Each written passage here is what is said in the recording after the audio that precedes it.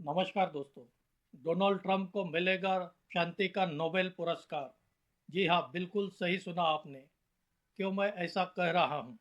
क्योंकि वेनेजुएला की Maria Corina माचोडा को कुछ दिन पहले ही यह पुरस्कार का ऐलान हुआ है और उसके बाद पूरे भारत में डोनाल्ड ट्रंप पर तंज कसा जा रहा है कि उनकी बेइज्जती हो गई है। लेकिन मैं कह रहा हूँ डोनाल्ड ट्रंप को मिलने वाला है शांति का नोबेल पुरस्कार। क्या है इसके पीछे कारण?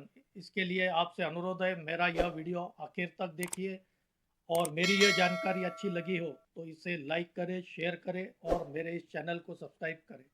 नमस्कार दोस्तों, मैं राजेंद्र दाइमा आपका स्वागत करता हूँ मुंबई टुडे लाइव चैनल में।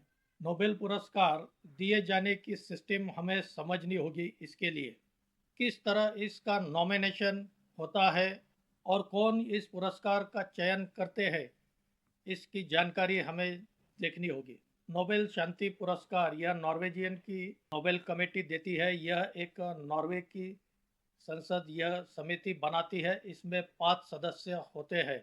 बाकी के सभी नोबेल पुरस्कार यह स्वीडन में दिए जाते हैं, लेकिन नोबेल शांति पुरस्कार नॉर्वे में दिया जाता है। नॉमिनेशन की प्रक्रिया यह 1 सितंबर से शुरू होती है और अगले वर्ष 31 जनवरी तक का नॉमिनेशन की प्रक्रिया चलती है। 31 जनवरी तक भेजे गए नामों की जांच होती है और अक्टूबर में इस पर निर्णय लिया जाता है, वह भी वोटिंग करने के बाद, और इसके बाद ही विजेता के नाम का ऐलान किया जाता है। अब आप जान गए होंगे कि कुछ दिन पहले ही शांति का नोबेल प्राइज वेनेजुएला की मारिया कोरिना माचोडा को जो ऐलान हुआ है वह 2024 के उनके कार्य के लिए ऐलान हुआ है। पिछले साल ही उन्हें इसके लिए नॉमिनेट किया गया था। मारिया माचोडा यह वेनेजुएला की विपक्ष की नेता है। वेनेजुएला में तानाशाही है और वे डेमोक्रेसी, लोकतंत्र के लिए काम कर रही है। इसके लिए उन्हें शांति पुरस्कार दिया गया है। 2024 के कार्य के लिए मारिया माचोडा को इस साल का नोबेल पुरस्कार दिया गया है, जबकि डोनाल्ड ट्रंप इसी वर्ष जनवरी में दूसरी बार अमेरिका के अध्यक्ष बने हैं। और डोनाल्ड ट्रंप ने इस साल अप्रैल महीने के बाद उन्होंने ऐलान किया है कि उन्होंने अभी तक 7 से 8 युद्ध रुकवाए हैं। खासकर उन्होंने भारत पाकिस्तान के बीच हुए ऑपरेशन सिंदूर का भी नाम लिया, जिसका क्रेडिट वे लेना चाहते हैं। साथ ही रूस यूक्रेन का भी युद्ध रुकवाने का प्रयास किया है। हमने देखा है इसराइल और ईरान के बीच जो संघर्ष हुआ उसे भी डोनाल्ड ट्रंप ने मध्यस्थता कर रुकवाई है। और अभी कुछ दिन पहले ही डोनाल्ड ट्रंप ने ऐलान किया है कि इसराइल और हमास के बीच जो पिछले 2.5 सालों से संघर्ष चल रहा है उसे भी उन्होंने रुकवाया है।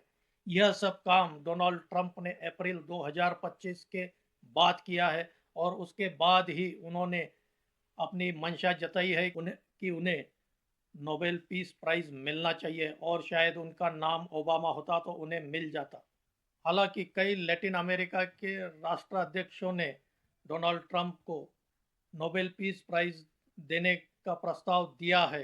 हमने देखा है पाकिस्तान के सेना प्रमुख मुनीर ने भी डोनाल्ड ट्रंप के लिए नोबेल पीस प्राइज देने का प्रस्ताव दिया है। और कुछ दिन पहले ही रूस के राष्ट्रपति व्लादिमीर पुतिन ने भी ट्रंप को नोबेल पीस प्राइज मिलना चाहिए ऐसा कहा है। लेकिन सार्वजनिक मीडिया में कहना अलग बात है। आधिकारिक तौर पर 1 सितंबर से 31 जनवरी तक जिन देशों ने आधिकारिक तौर पर नॉमिनेट किया है उन्हीं का प्रस्ताव मान्य किया जाता है और उन्हीं प्रस्ताव पर विचार किया जाता है।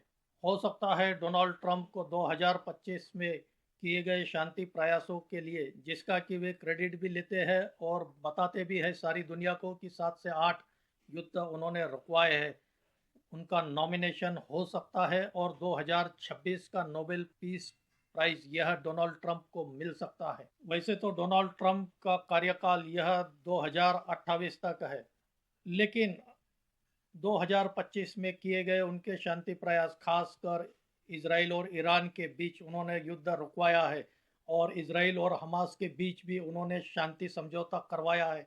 यह दो प्रमुख कारणों से उन्हें अगले साल का नोबेल पीस प्राइज यह मिल सकता है, शांति का पुरस्कार मिल सकता है। आज देश में जितने भी सोशल मीडिया पर डोनाल्ड ट्रंप को नोबेल शांति पुरस्कार को लेकर जो तंज कसा जा रहा है, उन्हें ट्रोल किया जा रहा है, यह सही नहीं है। हो सकता है उन्हें अगले साल का नोबेल शांति पुरस्कार मिल सकता है। दोस्तों, आपको मेरी यह जानकारी कैसी लगी, आप कमेंट करके बताइए। मेरा यह वीडियो अच्छा लगा हो तो इसे लाइक करें, शेयर करें और मेरे इस चैनल को सब्सक्राइब करें। आज यही रुकते हैं। धन्यवाद।